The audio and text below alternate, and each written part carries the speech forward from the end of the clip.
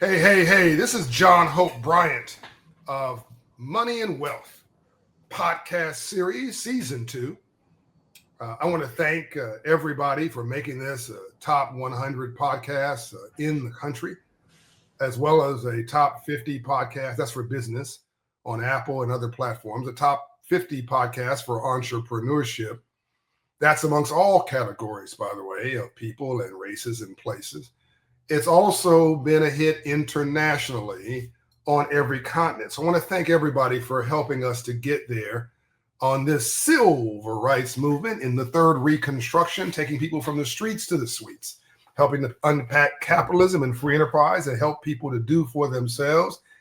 It's the James Brown version of affirmative action. Open the door, I'll get it my damn self. I don't know if I can say damn on a podcast. Get it my dang gone self.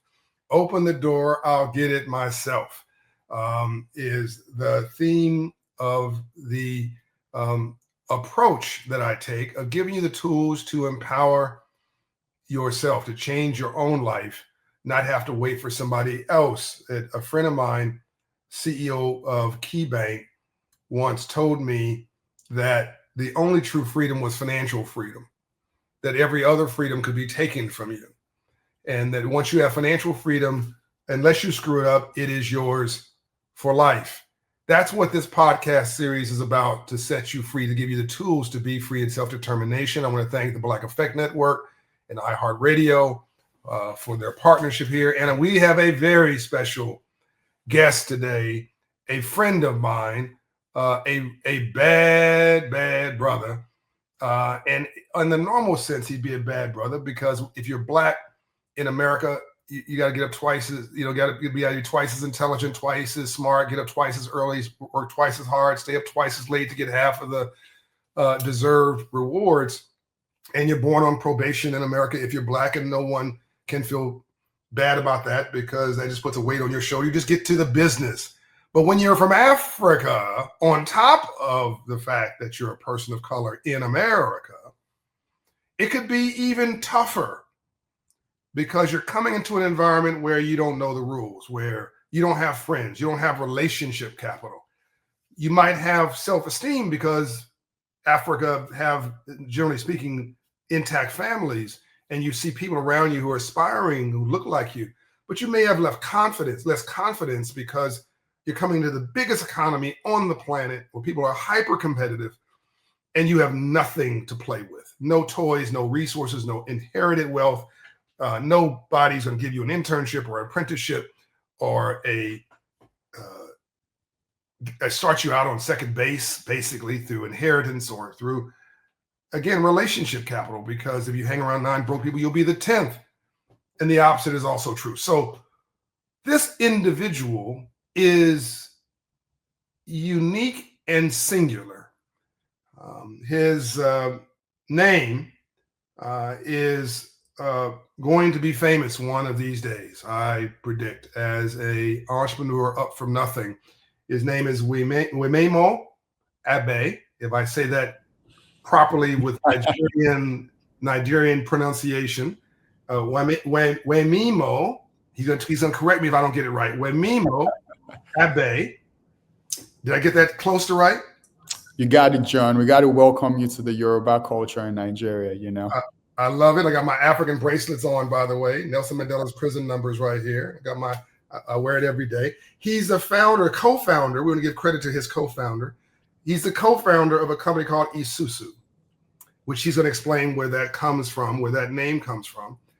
And this podcast is important because now you're going to see somebody other than me who's gone from nothing, literally nothing, and one would argue actually worse circumstances than me, he'll explain it, to building, hold on now, audience, listen to me, building a $1 billion valuation company.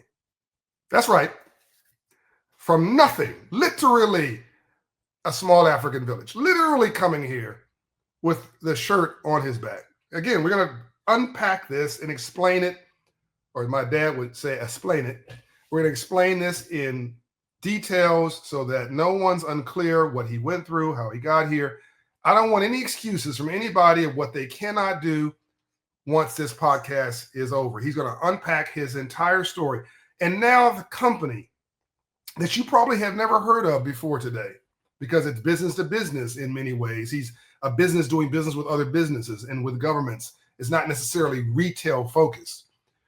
But this company you've never heard of, maybe, Isuzu, now has a valuation on Wall Street, in the marketplace of institutional investments of $1 billion plus. Investors are rewarding him for building a great enterprise. So this topic today is from immigrant hustle to unicorn impact. How to build $1 billion business in a decade. Please join me in welcoming my good friend, Wimemo Abbey, said properly in the Nigerian dialect. You got it. You got it. Well, thanks a lot, John. It's such a joy to be here today. And first off, thank you for all the work that you do for the community, not just rhetoric, keeping it real and giving us a pathway and above all, a playbook to be successful in any environment in this country. So just really excited to be here and, share my story, how I did it, and the collective and the village, including people like you, that essentially made this happen. He gives me outsized and probably undue credit. He keeps saying that I helped to inspire this business, et cetera, et cetera. And we've hired him. We hired him actually at the company I used to own that I've since sold, but built from zero to $150 million, which was the Promise Homes Company. We hired him there, and then we partnered with him at Operation Hope. But let me tell you how good a businessman this guy is. He says, "Oh, John, you did this, you did that," and got my heart all open up and whatever. And he's the humble businessman, right? So my speaking fee is about $50,000.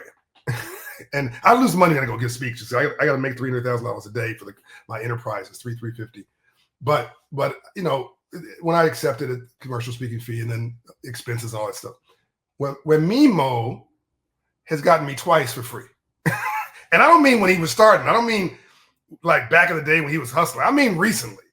Because John's my man. Oh, John, oh my God, you helping people. Oh yeah, I guess I am. Okay, yeah, what date? But it's been a pleasure. I'm inspired every time I have gone to show up at one of his meetings. I wanted to, frankly, in all seriousness, I wanted to pour into him, to invest into him, to let people know I backed him, to try to explain to brag on him in ways he could not brag on himself, to explain to people why this is a good investment, the one they made, the one they still need to make. Somebody once told me, Wemimo, that the whole purpose of power is to collect it so that you can intelligently and smartly give it away. So any power or influence that I might have, I am honored to use it, whether it's through Operation Hope or some little church that can't afford to have a guy like me show up, or a nonprofit group, or somebody who's truly just striving. Now, if you're a commercial enterprise, you're a for-profit business, that's a different thing. That capitalism is a gladiator sport. Business is not personal. They should pay. But I speak for a fee, so I can then afford to speak for free, right? And you give back in the same way. You come and speak at our annual meeting. You've never, ever, you and all the rest of my friends, I might add, never sent me a bill, never sent me even an expense report. You just show up and do the thing. Yep. And I thank you for that. And we've never even talked about this. It's just an unspoken thing between friends and people who made it like service is the rent you pay on the success you get.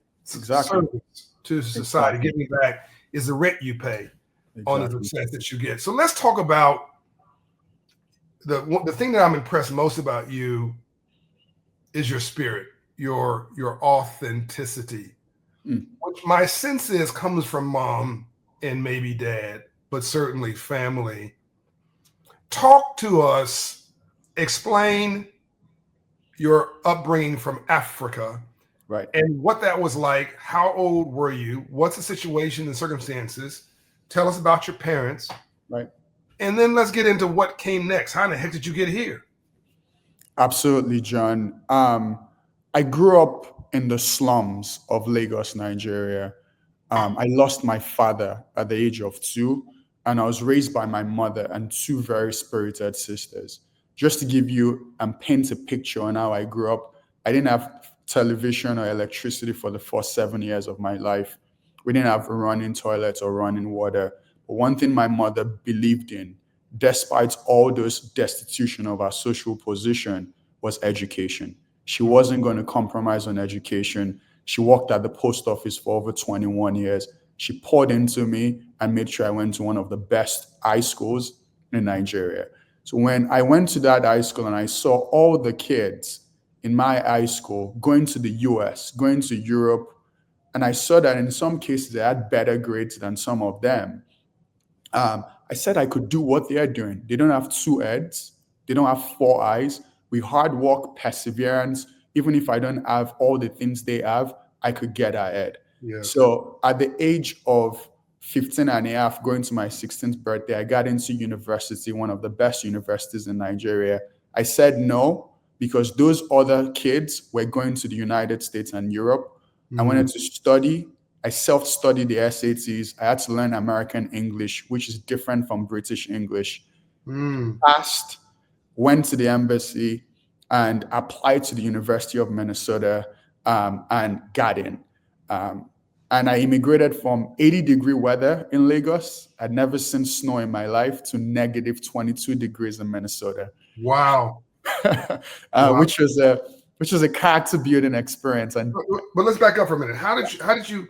It wasn't cheap for your mother to put you through school. it wasn't. And by the way, for those who are listening to this versus getting a visual of Wemimo, we're not talking about an 80-year-old guy here. We're not talking about this has happened, 60 years ago. When he says that there was no running water, no electricity, no proper toilets, we're talking about, post 2000, right? Yeah. This is 2021, 2022. This is recent. Recently. Yeah. Wait a minute. So hold on, slow down. Wait a minute. What year did you come from Nigeria? 2009. 2009. Yes. Okay, everybody listening to this, enough with the excuses. Racism is like rain. It's either gathering somewhere or it's falling. So you might as well get out an umbrella in a color you like and start strolling through it because it's not going to change. So you must. This guy just told you. I mean, I thought he's going to say 2002, 2005, 2000. Alexa, correct me. No, John, it was late 19. No. He said this was, this is very recently, 2008, 2009, 2010. The last 15 years, he wasn't even here. Nobody in his family was here. Right. And he's killed it. He's killing the game. We'll get to that in a minute. So mother worked at the post office. Right. You guys lived essentially in what they call in South Africa, a shanty town. What do they call them in Nigeria? Just the slums, Slums, okay. Yeah. And how did you get a plane ticket and a plan to America? Was that also mom? It wasn't. My mom was upset with me because I didn't want to go to the local university because that's what they've worked on all their lives. But I had a bigger dream.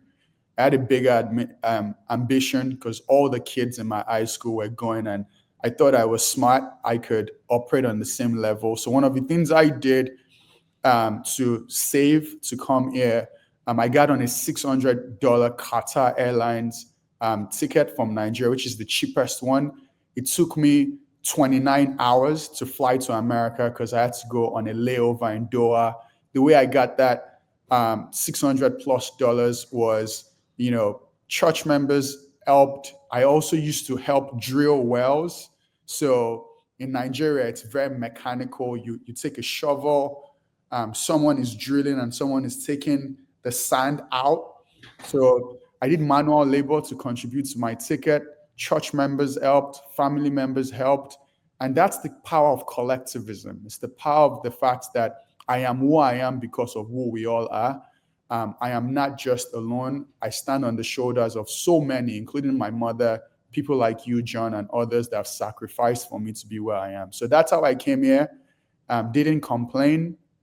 It was 20 plus, 24 hours plus flights, but I was just excited to be here and contribute my own humble quota to this country. So breaking this into pieces, I want the audience to learn the lesson of Up From Nothing and mindset, that his mother was broke, but she wasn't poor. To be broke was economic. To be poor is a disabling frame of mind, a depressed condition of your spirit. You must vow never, ever, ever to be poor again. That's something we say at Operation Hope all the time. My mother taught me, because she told me she loved me every day of my life, so we have that in common. And my mother didn't agree with my entrepreneurial pursuits. She wanted me to get a safe job so that she wouldn't have to worry about me. But I had a bigger dream, just like you did, and I decided to bet on me, just like you did. So we have a lot of parallels in this story. But when people talk about collective economics, I want to get this straight. They're not talking about the output. They're talking about the input. Collective economics works only on the input. In other words, he's just told you he didn't have enough money to get that airplane ticket and to get the apartment or whatever for the first month. So the church members, the family members, the friends, they believed in the dream. So collective economics, please listen to me, everybody. Collective economics participated. Again, I say every good relationship is where 2 + 2 = 6, 8, or 10. It's multiplication, not addition. There's a little bit here created a lot of it. They bought his ticket. They helped him. They invested in him. They were the venture capital investment in him. But the output of that had to be him. So in other words, if you try to take collective economics and put it on the back end, and now you got 20 bosses trying to run an enterprise, and nobody knows what they're doing, or half of them don't, and you're going in different directions with the best of intentions, the Bible says a house divided cannot stand. You cannot have 50 bosses. You cannot have 50 visions. No. So collective economics as a operating structure, like if I had a camel is a horse designed by committee. A camel is a horse designed by committee. You cannot have a committee in an executive. You need to make crisp decisions and move on them. And somebody's got to bet the farm on a vision. So they collectively put their economics together, resources, to invest in a singular product. And then they let him go pursue a dream that they didn't understand. Right. They believed in it, but didn't really understand it. So audience, don't be romantic about economics and business. Business is not personal. Capitalism is a gladiator sport. Collective economics is the input more than the output. Right. And now, by the way, you can have, after he makes his money and builds his wealth, and hope he continues to do very well, he will then create a foundation, the Isuzu Foundation or the Wimemo Abbey Foundation, his mother's name or something. And then collectively, the community that invested in him can get back together on the committee or on the board if he likes to figure out where to collectively invest resources in philanthropy. But that's after you made the wealth. So now you've gotten to America and you went from one of the hottest places in the world to one of the coldest. Right. So I'd never seen snow before. I came here with a 3-piece suit, ready to conquer America, and I got into negative 22 degrees. I thought people were living in a freezer, but I was just so grateful to be part of this society because I had read and see what was possible. But then real life started. I wanted to go to college at the University of Minnesota. I had got in. I was really excited. And as international students, you don't get Pell Grants. You don't get financial aid. You have to pay every dollar out of pocket. Wow. So my mother and I went to a bank to borrow money. The bank, not because they are racist, I want to make sure this is clear, denied us because we didn't have a credit score. We didn't have the financial identity in America, which is the most important 3-digit number to get financing. We didn't have it. And rightfully so, they said no to us. And we had to go borrow money from a predatory lender at over 400% interest rate. My mother sold my dad's wedding ring. Again, a new church in Minnesota poured into us. Church members borrowed us money. And that's how we got started for me to go to my first semester of college in this great country, right? Another collective economic story.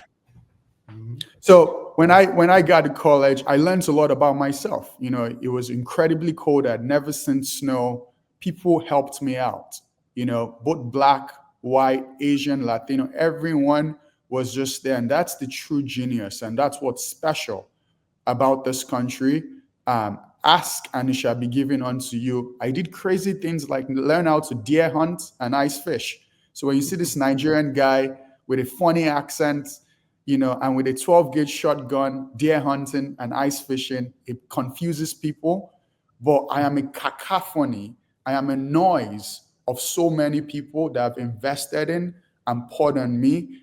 And my ultimate sort of giving back to that is service, love, and try as much as possible to pay it forward.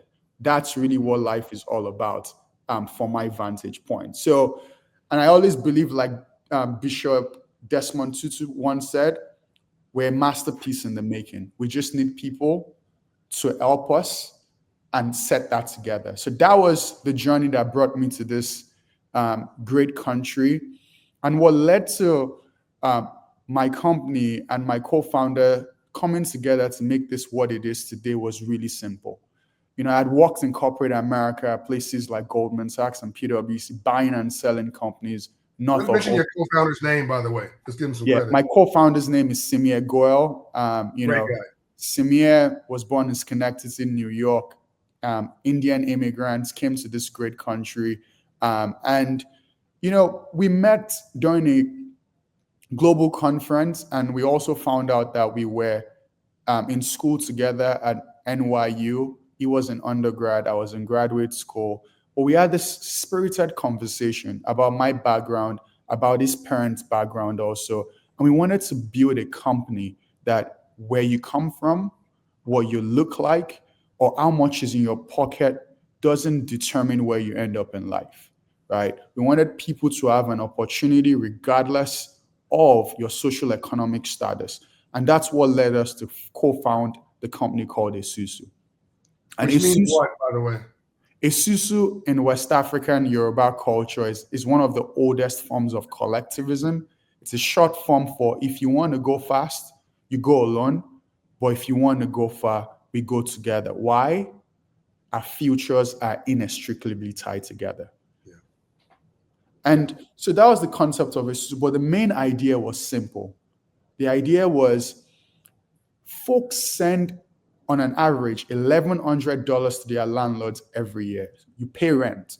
On an average, that rent, 110 million people in this country rent. If you do that math, price times quantity, it means renters are sending close to $1.4 trillion. Let me repeat myself. Close to $1.4 trillion to their landlord every year. When we got in this business, this data never showed up on their credit score. That's right. So remember when my mother and I came, they were renting, we had people renting, but that data didn't make us be sane.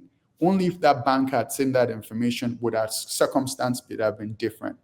So that's what led us to create the company that when you pay rent, that data should show up on your credit score because we want to give credit where credit is due.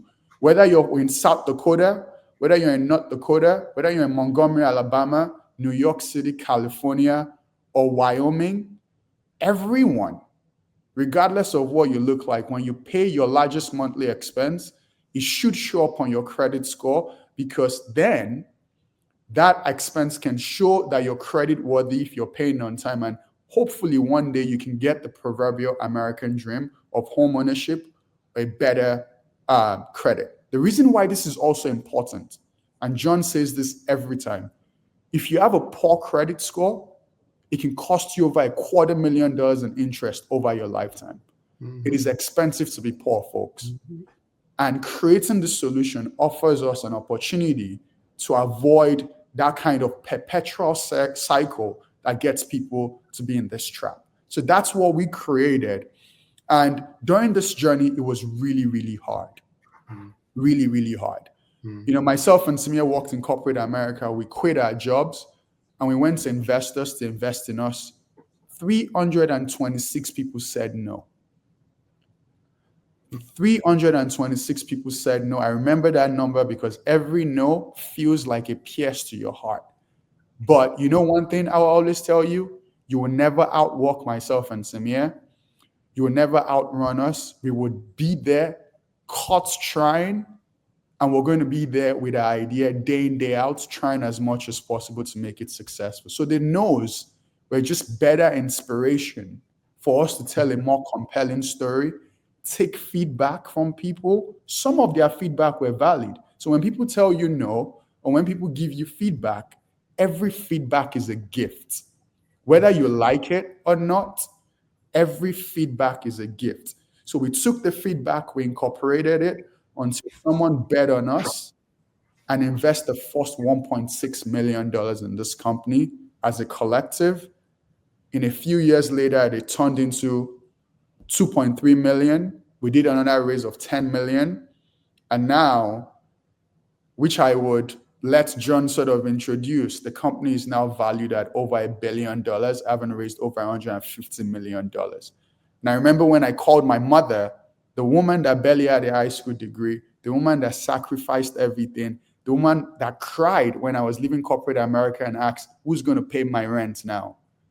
I called her up and said, hey, we just raised all this money and the company is valued at $1 billion. You know what she said?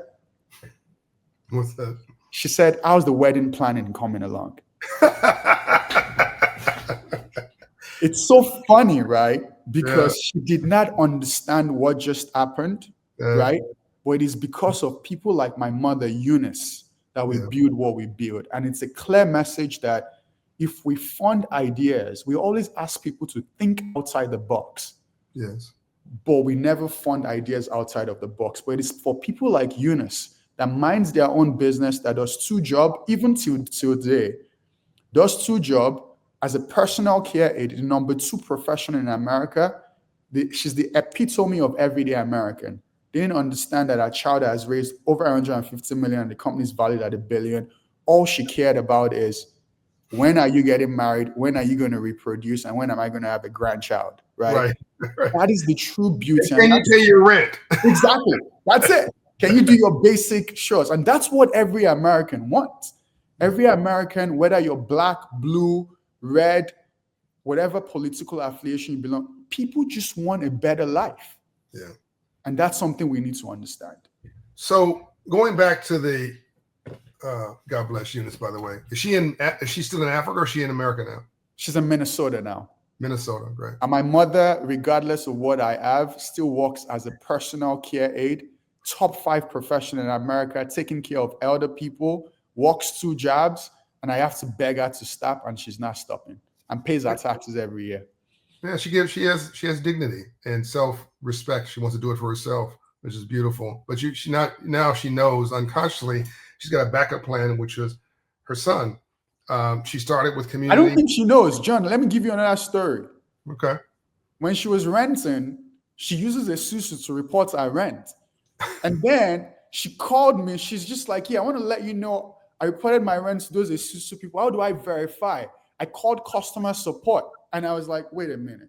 You called customer support at Isuzu? And it's like, yeah, I want to know when those Isuzu people will reflect my credit score and make sure this thing is showing up because I want to buy a house, right?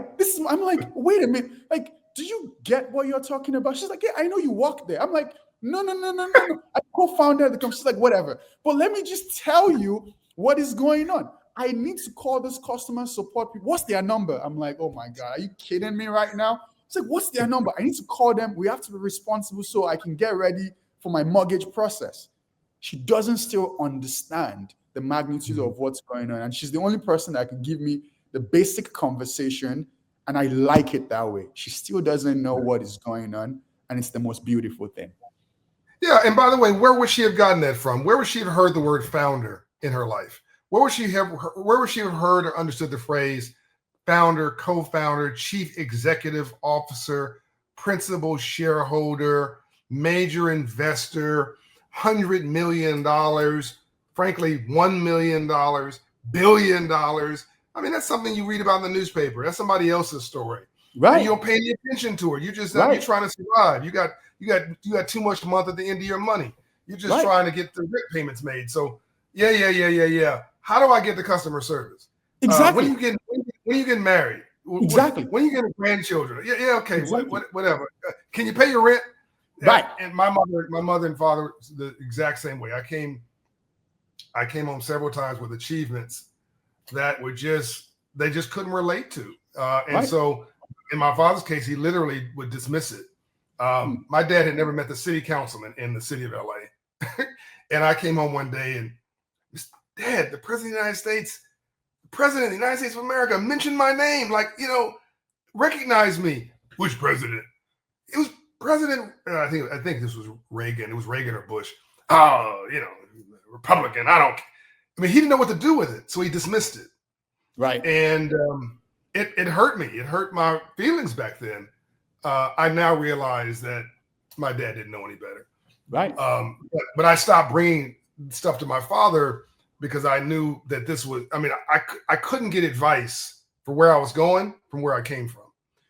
Even though I couldn't go where I'm coming from without them backing me to begin with. So I was forever grateful. But I realized that this was over their skis with regard to experience. And your mother is the salt of the earth. She is the epitome of every mother's experience and story in the world. And you would not be you without her. Right. But it's also great that she doesn't recognize Right. what you've done in many ways because it keeps you grounded. It does. It does. My mother always reminds me that vanity upon vanity, you came to this life naked. You're either going to be cremated, you're either going to be buried. So whatever you think you have, one day your lease would expire on this thing called earth. And what would people say about you? The only thing that's certain, John, is our lease would expire on this thing called earth and we will be gone. And you're not reporting that to Isusu.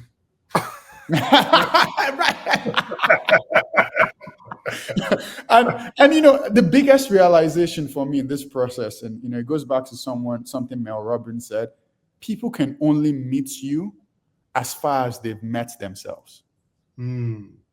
Right? She's to your point, can comprehend the word founder, chief executive officer, even if she has seen that, can comprehend that someone from our lineage can be there. Yeah. And I understand that. And I also appreciate the very basic conversations because it keeps me grounded, it keeps me honest, and it keeps me focused.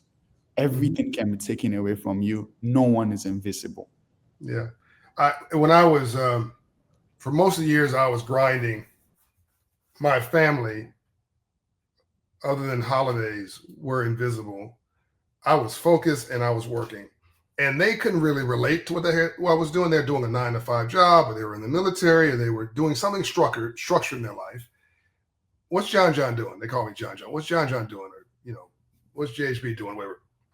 I don't know. He's giving a speech somewhere. He's meeting some people in New York about something. I don't know what he does.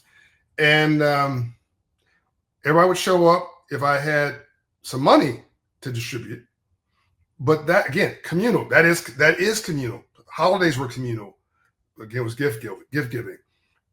And I didn't and not only did I not resent it, I accepted that was just a different role that I had to play.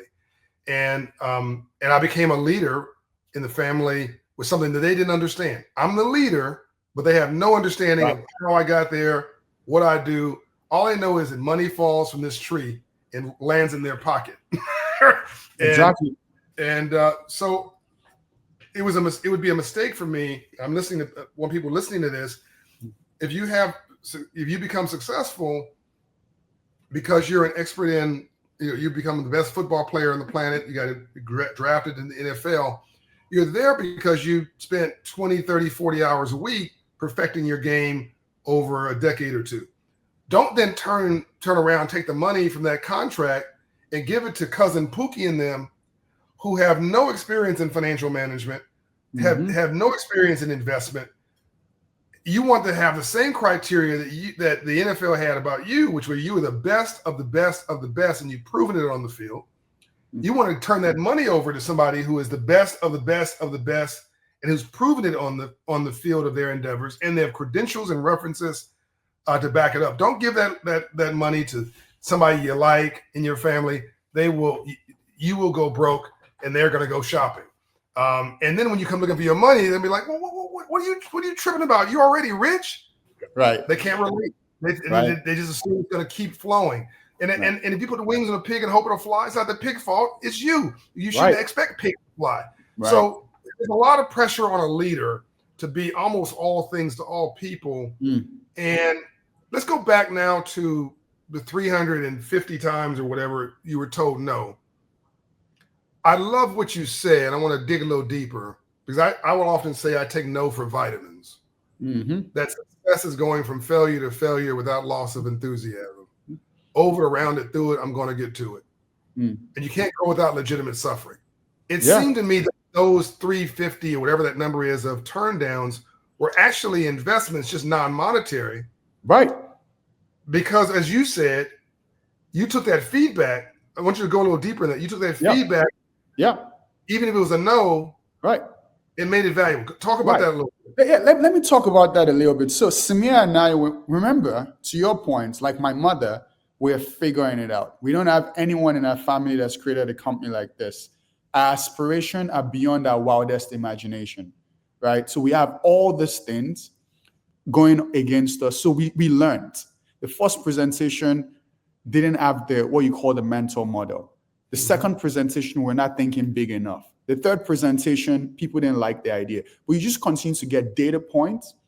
And all those data points, is really, really important to make sure you get to the final destination. I always think that every situation you encounter in life, it will change you, it will despair, or no longer satisfy you, right? That's the arc of the journey. So we told a more compelling story.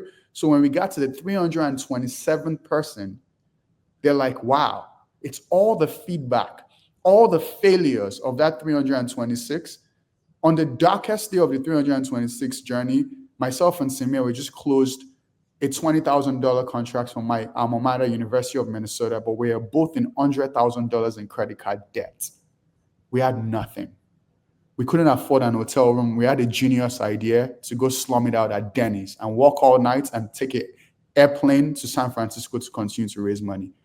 At 4 a.m. in the morning, we started dozing off and we got kicked out of a Denny's. The reason why this is important to everyone is failure is the only guarantee. If you don't fail and you're daring to do something great, failure is an inevitable. But you should also remember, failure is also not permanent. By the way, he just used some British English on you. We would say inevitable. American English would say inevitable. I'll make that translate for you. What did you say? You're right. I love it. So one thing that everyone must understand listening to this podcast is there's no resolution to life's problems. That's right. There's none. It's a continuum. It's a journey. And you will fail. It's the only guarantee. But it is how you respond, how you get up, how you adapt, how you show up. How you dare differently. And one of the reasons why I always say John played a key role in some of these darkest days, he always says something that resonates with me. There's always a rainbow after the storm. You just have to fight through it. And you know what? There's an African-American saying, if you hang around the barbershop, sooner or later, you're going to get a haircut. And all myself and Samir did was hang out there. Someone came into the barbershop. Someone was getting a haircut. We're like, what hair? We're going to dye hair. We're not going to eat until we get our haircut. I'm bald. We got our haircut. Yeah. And now you're on the barbershop. A lot of barbershops. So you got that first after 326 no's. You got a yes on the 327th time. Yes. So a friend of mine, Tony Wrestler, who owns the Atlanta Hawks here in Atlanta, would say, if you don't quit, you can't fail. So you just never left the barbershop until you got a haircut. Somebody's going to give you a haircut. Yeah. It was just a matter of when. Right.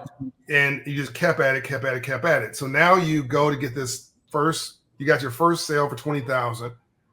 You flew, I guess, to raise some more money because you couldn't stay overnight. You couldn't there was a place to stay, so you literally stayed up overnight. I've done that before to get on the plane. Did you start closing one deal after another after that, and did you live off the sales, or did an investor finally show up and say, "Okay, here's a bucket of money"? What happened next? Great question. So out of that collective experience of all the no's, we finally had an investor that bet on us, and they wrote a significant check into the company. And from there, we raised $1.6 million in our seed funding. So that was the first major bet that huge outside capital took on us, and others participated to make sure we're able to raise $1.6 million to build what the company is now today. And that person who put the seed money in, that first investor, we don't have to name names, they, in all likelihood, got a larger share of the opportunity because they took the larger risk. Yes. So we never talked about this before. I'm just making a presumption. Yeah. People listening to this, don't get upset because folks want a high return for a high risk. That's Absolutely. the way the world works. Yes. And don't call them names. Don't call them greedy. No, they're taking a risk. They could lose everything. Right. And if they lose everything and come to you, you say, "Hey, that's that's a risk of doing business." Right. So when you do well, don't be resentful. When you got to pay that person what the part of that upside, I'd rather have 10% of something than 100% of nothing. Exactly. So as they became more successful, they had to give up less of the company, less of the upside to investors, is my guess, right? Okay. 1,000%. Just to give you an idea, that first investor invested roughly, say $500,000. That $500,000 is now worth $50 million. 15 million? 50. 50. Wow. Yeah. That's amazing. Yeah. That's what happens when you make the right bet. Right. They can live. They don't make another investment the rest of their life. That's it. Okay, so in the last few minutes we've got, why don't you a mix of where you are now? So, what's your business model now? Right. Here. What are you most proud of in the achievements in the last few years? Right. Where are you going? Right. How can people help who are listening to this? Right. Because there's a broad range of folks who listen to my podcast, from billionaires to millionaires to thousandaires, somebody trying to buy some air, to government leaders. I mean, they're all over the map. People listen to this podcast. So if somebody wants to help you, how can they help you? And then what advice do you have for strivers as a concluding comment? What advice, suggestions? Right. So I will start with our business model. So we work with large owners and operators of real estate, or anyone, or businesses or employers. We charge $2 per door per month. We have 5 million units across the US. You can do the math. You charge $2 per door per month. Okay, for people who are not good at English, that was the proper way of saying door. He speaks proper English. I'm just it's not a door. It's a door. Right. Per unit, per apartment units per month. So that's the business model. It's simple. It creates a win-win, and people get rent reporting. They get free tax filing. They get financial coaching from Operation Hope, and to be able to get financial health, because that's the civil rights matter of our time right now. You get resources from Freddie Mac and Fannie Mae, financial coaching, really, really important to set you up for success. So we've now built a platform for that. So we've grown. We're one of the largest, if not the largest, reporter of this data in the country, and work with 75% of the largest owners and operators of real estate in America. So it's there. You can find us with your employers. Employers also buy this as a financial health benefit for folks. How can people be helpful? Number one, we need your advice. Go to our website. If you have feedback, shared with us. We want to be the best we can possibly be. I said it earlier, every feedback is a gift. So wait a Number minute. two, People can go to your website and leave an idea. yes, we have an AI bot on the website that you can, communicate with. If you give it ideas, it will jot it down and make sure it gets to me and my co-founder also. Man, I'm gonna steal that idea. The best in life, the best ideas are copied. I'm stealing that. Exactly. One. Oh. Exactly. We're born originals, but we die a copy. That's right. That. By the way, what he said was you were born an original and you die a copy. Not a copy. No copy. That is proper English. Right. So number two is, one thing I want and advice also is always remember when someone tells you no, that no is your pathway and your foundation for a yes that is yet to come. Always remember that. Number two advice is nothing in life is worth doing alone. If you want to go fast, you go alone. But if you want to go far, you go together. To build something special, you need to surround yourself with exceptional people. Yes. Number three is very simple. Surround yourself with people smarter than you. Yes. If you're the smartest person in the room, you're doing something wrong. And when you do those things, and what laces all together is perseverance, grit, and never give up. Yeah. Never, ever give up.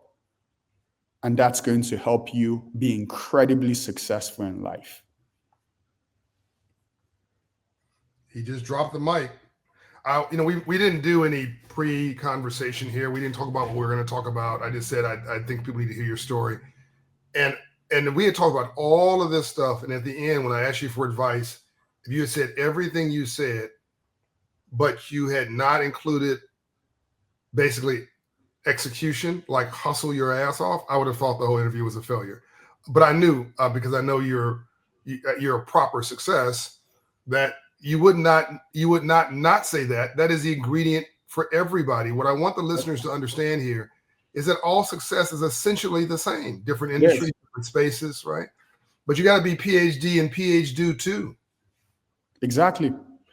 You can not be the smartest person in the room, but hard work is undefeated. Hard work is undefeated. It's undefeated. I'm gonna outwork you. I'm gonna outstand you up. I'll outmove you. I would die there. I'll die on the field. I would die there. You have to kill me. I would die there. Yeah. I'm the last breath. That's it. That's what you're dealing with. I would die there. I'm not going anywhere. Yeah, I'm not going anywhere. I'm not going anywhere except the finish line. So and so there you go, everybody. If you're not inspired by this episode, then you got to check your pulse. I want you to go to his website and experience what he's doing. Tell your landlord if they're not already contracting with Isuzu that they should, and go and give them some feedback, even if it's just bravo. Give them some encouragement. There are hard days for guys like this. Right. I mean, eagles don't fly in packs. You've never seen a flock of eagles. It's tough being a leader. It's lonely being a leader. I know that I can tell you that myself. I'm the loneliest guy in a crowded room sometimes, but it's okay. We got many problems, but self-esteem's not one of them. So give them encouragement, give them confidence, give them support, and give them a referral. Tell those that you know who lease or rent to tell their landlords to use their company. By all those who are listening to this and you know of institutional companies, Wall Street companies that own real estate in underserved neighborhoods, here's one good reason to feel good about that. Right. That 75% of those companies are contracting with this minority-owned business. How many employees do you have now? Just around 200 people. And one thing that you asked that I didn't say, just to close out with, what I'm most proud of is we've established credit scores for over 200,000 people. And the people that have improved credit scores on our platform have gone on to unlock $50 billion. Let me repeat myself. $50 billion in credit. Of that $50 billion, $30 billion is mortgages. So the proverbial American dream is you work hard, you play by the rules, you buy a house one day. We've helped people improve their credit score so they can fulfill their American dream. And it's an irony. An immigrant from the slums of Lagos, Nigeria, contributing to perfecting this union. That is the true genius of America. Yeah, and America, he is right, is a great country, but she's also got many faults and many failings. Slavery, Jim Crow, all the crappy stuff that happened then. Some of it's happening now, but there is no perfect. And you just go, you want to make the best of this that you can. It is still an incredible place of opportunity, America. And he is part of what's making this story aspirational for the next generation of immigrants who are coming here legally and making their contribution. And he is part of this American story. His mother's a part of this American story. We should celebrate that. I celebrate him. And this is an example, in my opinion, of good capitalism. And we should want more of this. This is John Hope Bryant. This is the Money and Wealth podcast episode and series. This is another example of up from nothing. Tell your friends to go to Isuzu. Have them follow Wimemo online and his company. Follow, of course, Operation Hope. Get a copy of my book, Financial Literacy for All. If you haven't gotten it, go get a $1,000 coaching scholarship at Operation Hope to get your credit score up, your debt down, your savings up. Do you have a book out yet, Wimemo? Are you working on one? In the near future. The story is still being told in the near future. Ooh, I love that. I love that. All right, John, I got to go on. Good to see you. God bless. Love and light. You got it, sir.